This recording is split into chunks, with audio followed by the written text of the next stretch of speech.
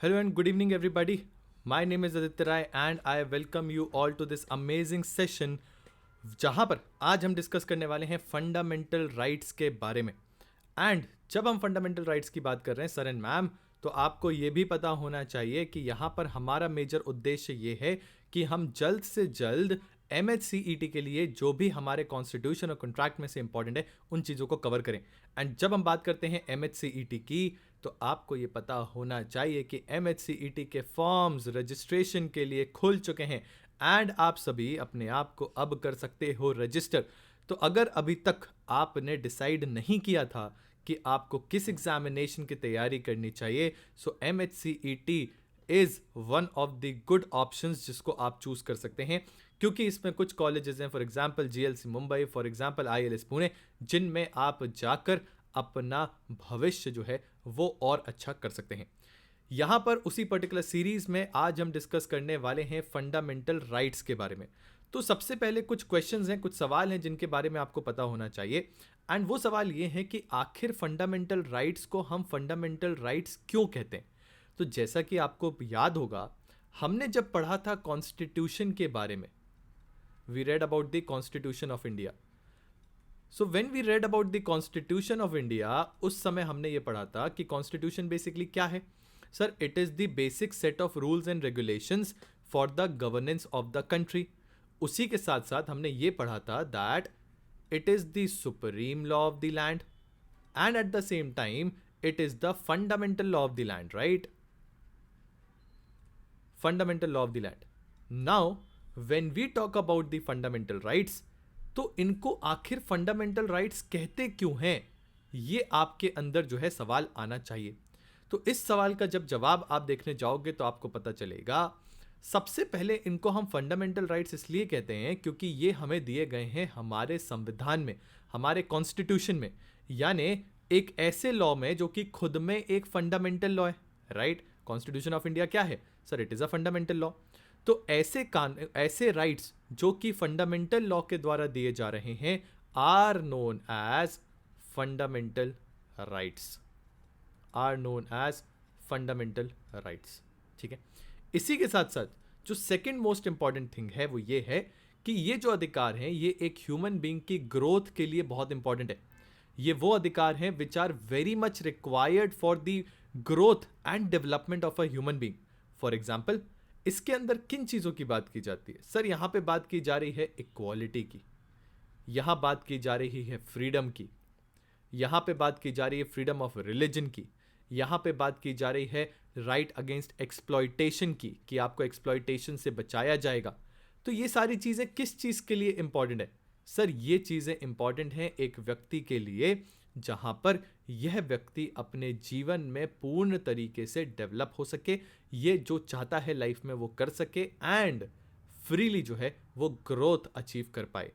इन्हीं सभी कारणों की वजह से when we talk about fundamental rights, तो sir fundamental rights are known as fundamental rights because first of all it is given by the fundamental law of the land, and secondly क्योंकि ये वो अधिकार हैं which are very much essential for the development of a human being. ठीक है। अब बात करते हैं आगे। सर, फंडामेंटल राइट्स की अगर बात की जाए तो आपको पता होना चाहिए कि फंडामेंटल राइट्स दिए गए हैं part 3 of the Indian constitution में। जैसा कि आपको याद होगा, कल when we were reading about the citizenship, तो हमने क्या पढ़ा था कि ये कहां दिए गए हैं? ये दिए गए हैं पार्ट 2 में, आर्टिकल नंबर 5 से आर्टिकल नंबर 11 तक। बट आज जब हम बात कर रहे हैं फंडामेंटल राइट्स की, ये दिए गए हैं from article number 12 to article number 35। Article number 12 से लेकर आर्टिकल 35 तक हमको फंडामेंटल राइट्स दिए गए। एंड फंडामेंटल राइट्स को हम मैग्ना कार्टा के नाम से भी जानते हैं, मैग्ना कार्टा के नाम से भी जानते हैं। अब सवाल ये उठता है कि सर, क्या ये राइट्स जिनको हम फंडामेंटल राइट्स कह रहे हैं ये क्यों है? तो अभी मैंने आपको आंसर बताया। सबसे पहले, they are guaranteed by the fundamental law of the land. Second, they are essential for the fundamental development of a human being. And third reason is कि sir these are justiciable in nature. When we say these are justiciable in nature, we mean that if in case ये अधिकार आपको नहीं मिलते हैं, then in such a scenario you have the right to approach to the Supreme Court. यानी आप directly supreme court जा सकते हो कि सर हमारे अधिकारों का वायलेशन या उल्लंघन हो रहा है, एंड दस सुप्रीम कोर्ट आपको जो है रिट जारी कर सकता है। तो ऐसी स्थिति में क्या चीज़ समझ में आई कि सर ये कैसे हैं, जस्टिसिएबल इन नेचर है, जस्टिसिएबल इन नेचर। ठीक है, अब जब हम बात कर रहे हैं सर फंडामेंटल राइट्स की, तो हमें कुछ सेलिएंट फीचर्स पता होने चाहिए फंडामेंटल राइट्स के बारे में। सबसे पहला फीचर तो ये है कि sir fundamental rights are given, protected as well as guaranteed by the constitution. ये संविधान के द्वारा ही दिए गए हैं, संविधान के द्वारा ही गारंटीड है, संविधान के द्वारा ही प्रोटेक्टेड है। बट क्या फंडामेंटल राइट्स जिस प्रकार से आज हैं हमेशा वो वैसे ही रहेंगे? क्या इन्हें बदला नहीं जा सकता? And at the same time क्या इनमें किसी प्रकार का रेस्ट्रिक्शन नहीं लग सकता, या फिर क्या इनको सस्पेंड नहीं किया जा सकता? ये सारे सवाल हैं जो आपके मन में आ रहे होंगे, तो उनके आंसर को भी समझ लेते हैं। सबसे पहले जब हम बात करते हैं फंडामेंटल राइट्स की, तो आपको यह पता होना चाहिए कि fundamental rights are neither sacrosanct nor absolute. इन शब्दों का मतलब क्या होता है? सर जब हम कहते हैं कि कोई चीज सैक्रोसेंट नहीं है, कहने का मतलब कि ये ऐसी चीज है जिसको बदला जा सकता है, जिसको चेंज किया जा सकता है। Similarly when we are saying that fundamental rights are not sacrosanct, by that we mean that they can be changed or amended। इनको चेंज या फिर अमेंड जो है वो किया जा सकता है। यानी आज जो फंडामेंटल राइट्स हैं, इट इज क्वाइट पॉसिबल कि जब हमारा देश आजाद हुआ था उस समय ये नहीं थे, यस, बिकॉज फंडामेंटल राइट्स में परिवर्तन किया गया। एट द सेम टाइम जिस प्रकार से आज हमको ये दिख रहे हैं, इट इज क्वाइट पॉसिबल कि आगे जाके ये ऐसे ना दिखें, इसमें भी अमेंडमेंट हो जाए, बिल्कुल पॉसिबल है। क्यों? क्योंकि ये सैक्रोसेंट नहीं है। एट द सेम टाइम अगर आप बोलें कि मेरे पास अभिव्यक्ति का अधिकार है, दैट डजंट मीन कि आप रोड पर खड़े होकर ये बोलने लगेंगे कि सर भारत तेरे टुकड़े होंगे, हमको चाहिए आज़ादी आज़ादी। क्यों? क्योंकि आपके पास अभिव्यक्ति का अधिकार तो है, आपके पास freedom of speech and expression तो है, बट दैट डजंट मीन कि आप कुछ भी कह सकते हो। क्यों? क्योंकि कल ही हमने पढ़ा था कि आर्टिकल नंबर 19 तो आप सभी को पता होगा, बट आर्टिकल 19 के क्लॉज 2 में भी कुछ दिया गया है। क्या दिया गया है क्लॉज 2 में? सर आर्टिकल 19 के क्लॉज 2 में हमको बताया गया है कि किस प्रकार से there are certain reasonable restrictions जो कि आप पर लगाए जा सकते हैं। क्या है ये रीजनेबल रेस्ट्रिक्शंस? सर बहुत सारे रीजनेबल रेस्ट्रिक्शंस है। फॉर एग्जांपल हमने कल पढ़ा था sovereignty and integrity of the country, हमने कल पढ़ा था सिक्योरिटी ऑफ द नेशन, हमने कल पढ़ा था friendly relations with foreign states, public order, decency and morality, incitement to an offence, defamation and उसी के साथ साथ कंटेम्प्ट ऑफ कोर्ट। तो ये सारी चीज़ें जो हमने कल पढ़ी थी कि ये रीजनेबल रेस्ट्रिक्शंस लगाए जा सकते हैं। चूंकि रीजनेबल रेस्ट्रिक्शंस लगाए जा सकते हैं, can you consider it to be absolute? क्या आपका राइट अगर बोल दिया कि अभिव्यक्ति का अधिकार है तो पूर्णतः आपको अभिव्यक्ति का अधिकार है? नहीं। क्यों? क्योंकि it is qualified, it is not absolute, and qualified on what grounds? So qualified on the grounds of reasonable restrictions that have been provided in article number 19 clause 2। ठीक है, इसके बाद जो तीसरा कैरेक्टरिस्टिक आपको पता होना चाहिए फंडामेंटल राइट्स के बारे में, वो ये है कि फंडामेंटल राइट्स जो है सर एंड मैम, ये जस्टिसिएबल इन नेचर है। What do we mean by the word justiciable in nature? So when we say justiciable in nature, यानी अगर ये आपको नहीं मिलते हैं या फिर इनका किसी प्रकार से वायलेशन होता है, उल्लंघन होता है, तो इसके लिए आप डायरेक्टली सुप्रीम कोर्ट जा सकते हो अंडर आर्टिकल नंबर 32। कहां जा सकते हैं सर? डायरेक्टली आप जा सकते हो supreme court under article number 32 of the Indian constitution. Similarly अगर हम बात करें कि क्या सर ये एनफोर्सिएबल है, answer is yes. What do we mean by the term enforceable? कहने का तात्पर्य कि अगर जो आपको मौलिक अधिकार दिए गए हैं, अगर आपको वो नहीं मिलते, तो वैसी स्थिति में आप स्टेट को यानी सरकार को कह सकते हो कि हमको ये चीज प्रोवाइड कराई जाए। For example article number 21A, right to freedom of speech and expression तो आपने पढ़ लिया, पर आर्टिकल नंबर 21A के अंतर्गत आपके पास राइट टू एजुकेशन है। राइट टू एजुकेशन मतलब हर बच्चा जो कि 6 से 14 वर्ष की उम्र का है, उसको free and compulsory education provide कराना, ये काम होगा किसका? सर ये काम होगा स्टेट का।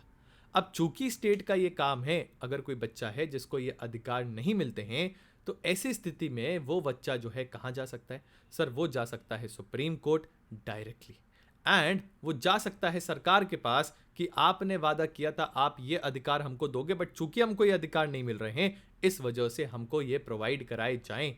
दैट मीन्स कि ये इन्फोर्सिबल भी है and at the same time ये क्या है sir, eight the same time ये हमारे लिए जस्टिसेबल भी है।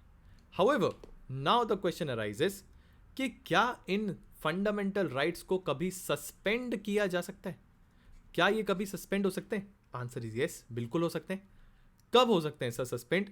तो आपको पता होना चाहिए सस्पेंशन के लिए, मैं यहां पे लिख दे रहा हूं सर। सस्पेंशन की जब बात करते हैं आपको पता होना चाहिए हमारे यहां एक चीज होती है जिसको बोलते हैं इमरजेंसी।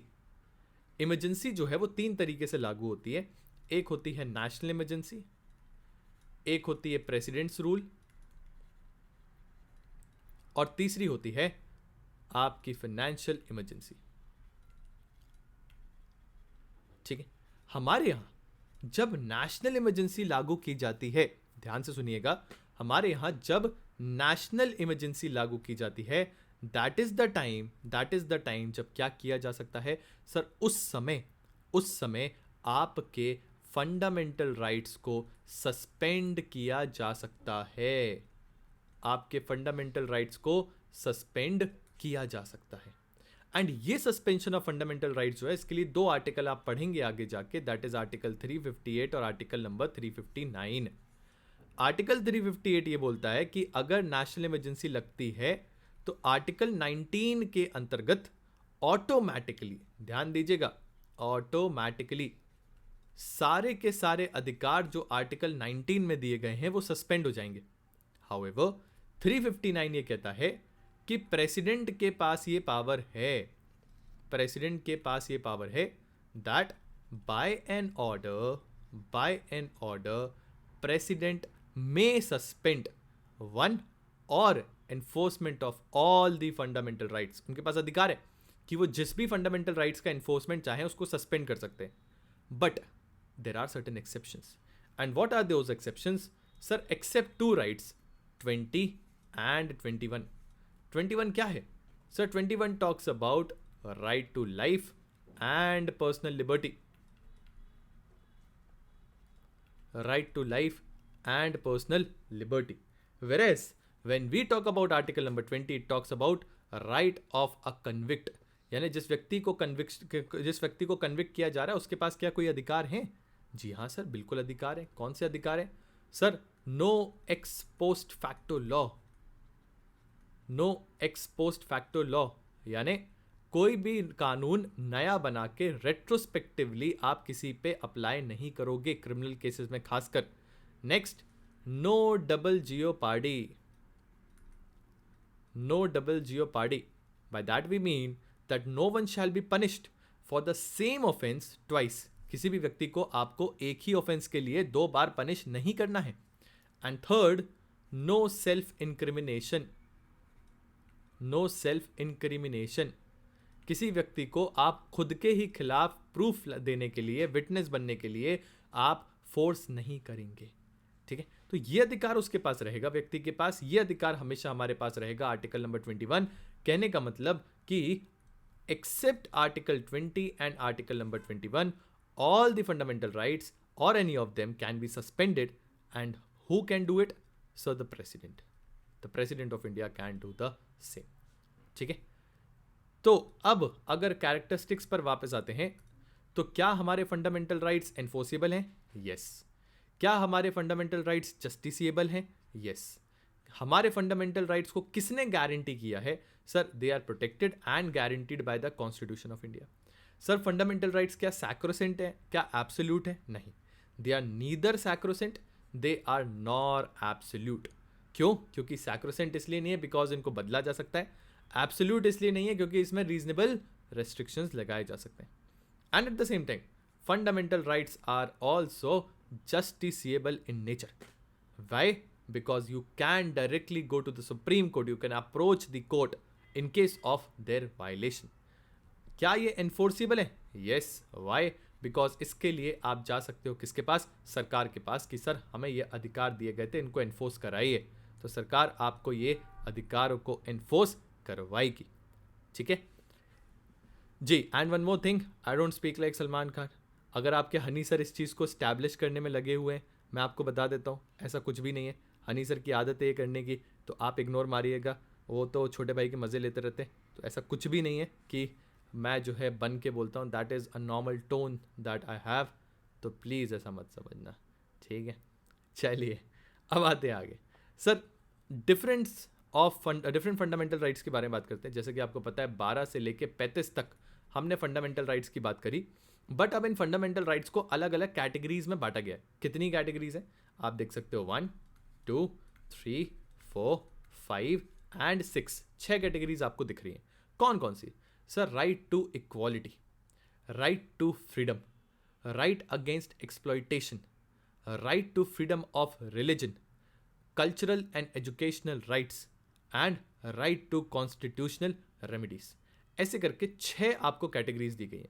राइट टू इक्वालिटी की बात की जाए तो 14 से आर्टिकल नंबर 18, फ्रीडम की बात की जाए तो 19 से 22, एक्सप्लॉयटेशन की बात की जाए तो 23 एंड 24, फ्रीडम ऑफ रिलीजन की बात की जाए तो 25 टू 28, 29 एंड 30 आपके हैं cultural and educational rights, and article 32 जो है ये है आपका राइट टू कॉन्स्टिट्यूशनल रेमेडीज। क्या ये पढ़ना हमारे लिए इंपॉर्टेंट है? सर, बहुत इंपॉर्टेंट है, और ये बहुत ज़्यादा ही इंपॉर्टेंट है हमारे लिए आगे भी ज़िंदगी में, और एग्ज़ाम के लिए तो इंपॉर्टेंट है ही। हाउएवर, आपको पता होना चाहिए इन 6 कैटेगरीज के अलावा there was one more right which is known as right to property. जो हमारा राइट टू प्रॉपर्टी था, ये जो राइट है ये पहले हमारा फंडामेंटल राइट ही था। However, 44th constitutional amendment act के बाद इन द ईयर 1978 हमने इसको जो है हटा दिया, और हटा के हम इसको ले गए कहाँ? सर, इसको हम ले गए आर्टिकल नंबर 300A में, अंडर पार्ट 12। आर्टिकल 300A में जैसे ही हम इसको ले गए, अब क्या ये हमारा फंडामेंटल राइट है? Answer is no. क्या ये हमारा लीगल राइट है? Answer is yes. Answer is yes. Now it becomes our legal right, but it is no more our fundamental right. ठीक है, ये वो चीज है जो आपको सर एंड मैम पता होना चाहिए। अब चूंकि ये फंडामेंटल राइट नहीं है, इसका मतलब क्या? सर, इसका मतलब कि अब ऐसा कानून बनाया जा सकता है जिससे आपकी प्रॉपर्टी को अक्वायर किया जा सके।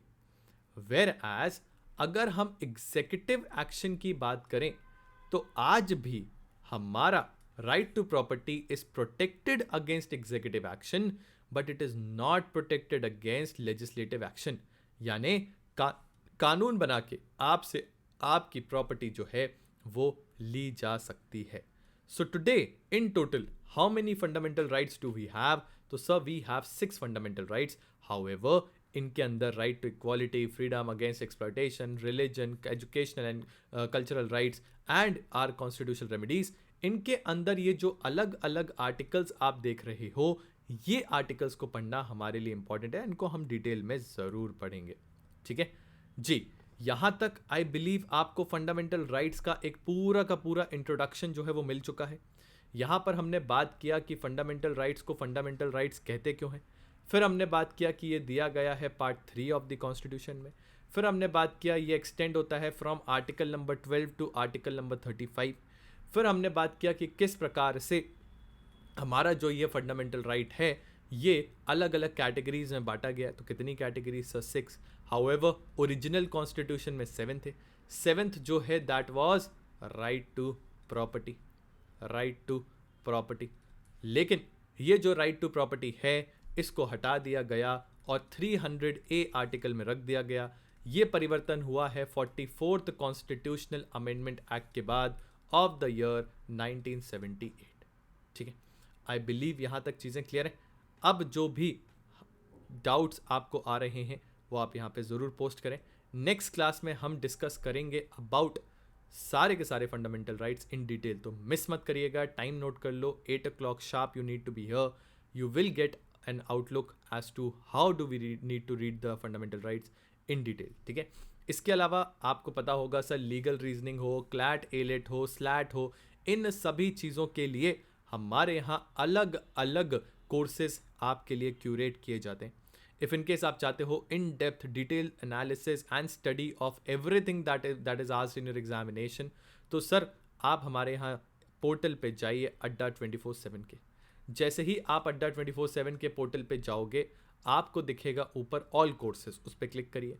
करने के बाद आप अंडर ग्रेड एंट्रेंस एग्जामिनेशन पे क्लिक करिए, अंडर ग्रेड। जैसे ही आप अंडर ग्रेड पे क्लिक करोगे उसके बाद आप लॉ एंट्रेंस पे क्लिक करिए। लॉ एंट्रेंस पे क्लिक करने के बाद आप क्लैट पे क्लिक करिए।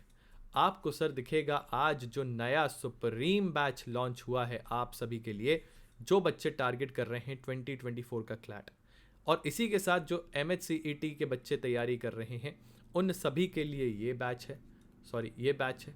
जो बच्चे एलेट की तैयारी कर रहे हैं वो हमारे साथ सुप्रीम बैच में जुड़ सकते हैं। क्लैट एंड एलेट आपको यहाँ पे देखने को मिलेगा। अगर आप DULLB की तैयारी कर रहे हो, so for that also we have a different batch. इस प्रकार से हर एक पर्टिकुलर कोर्स के लिए आपके लिए अलग क्यूरेटेड बैच हमने बनाया है। करना क्या है सर, ये जो ब्रह्मास्त्र आपको दिख रहा है इसको आप अप्लाई करें और आपको 80+1% का ऑफ देखने को मिलेगा। 80% आज हमारा स्पेशल ऑफर है इसीलिए, एंड 1% आपको जो है वो कॉइन्स को यूज़ करने में हमारे एप्लीकेशन में देखने को मिलेगा। तो कहने का मतलब इन टोटल आप 81% का ऑफ जो है वो अवेल कर सकते हो। एंड ये जो प्राइजेज हैं ये आपको हार्डली 9,600, ये आपको हार्डली 7,000 रुपीज़, इतने प्राइजेज में देखने को मिलेगा with a validity of complete 1 year. तो इंतज़ार किस बात का? अगर अभी तक आप हमारे साथ नहीं जुड़े हैं, आइए एंड अपने सपने को साकार करिए, क्योंकि यहाँ पर आपको हर वो चीज़ पढ़ाई जाएगी जो आपके एग्जाम के लिए इंपॉर्टेंट है। फॉर एग्जाम्पल यहाँ पर आशीष सर आपको पढ़ाएंगे इंग्लिश, मैं और निकिता मैम आपको पढ़ाएंगे लीगल रीजनिंग, यहाँ पर आपको विवेक सर पढ़ा रहे होंगे क्वांटिटेटिव टेक्निक, यहाँ पर आपको हनी सर पढ़ा रहे होंगे लॉजिकल रीजनिंग। तो हर वो चीज़ विजेंद्र सर भी आपको पढ़ाएंगे, हर वो चीज़ जो आपके एग्जाम के लिए इंपॉर्टेंट है वो आपको यहाँ पर देखने के लिए मिलेगी। सो आई बिलीव अगर अभी तक आपने अपने लिए स्टेप नहीं लिया है, वन स्टॉप सोल्यूशन ढूंढ रहे हो जहाँ पे ई बुक्स मिल जाए, लाइव इंटरैक्टिव क्लासेस मिल जाए, आपको मॉक टेस्ट मिल जाए, material according to the examination मिल जाए, तो sir this is the platform जहाँ पर आपको सारी वो चीज़ें मिलेंगी। जाइए एंड अप्लाई करिए ये code that is Y692 and avail the maximum discount that is available on our portal. With this, I am signing off. My name is Aditya Rai. All the very best for your examination. Keep studying, keep grilling. Jai Hind, Jai Bharat.